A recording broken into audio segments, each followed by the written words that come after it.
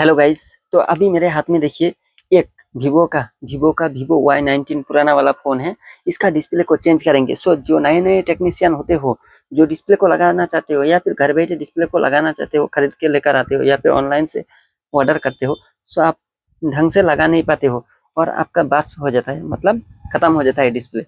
सो ऐसा नहीं होने वाला है। मेरा इस वीडियो को अगर लास्ट तक देखोगे, सो स्टेप बाय स्टेप जान पाओगे कि कैसे एक डिस्प्ले को आसान तरीके से बिठाया जाता है।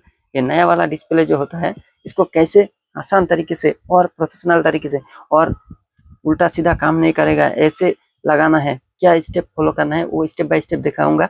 सो आप ध्यान से देखना, मैं जैसे करूंगा वैसे आप करना, तब आपका जो डिस्प्ले है वो पूरी तरीके से अच्छी तरीके से लग जाएगा।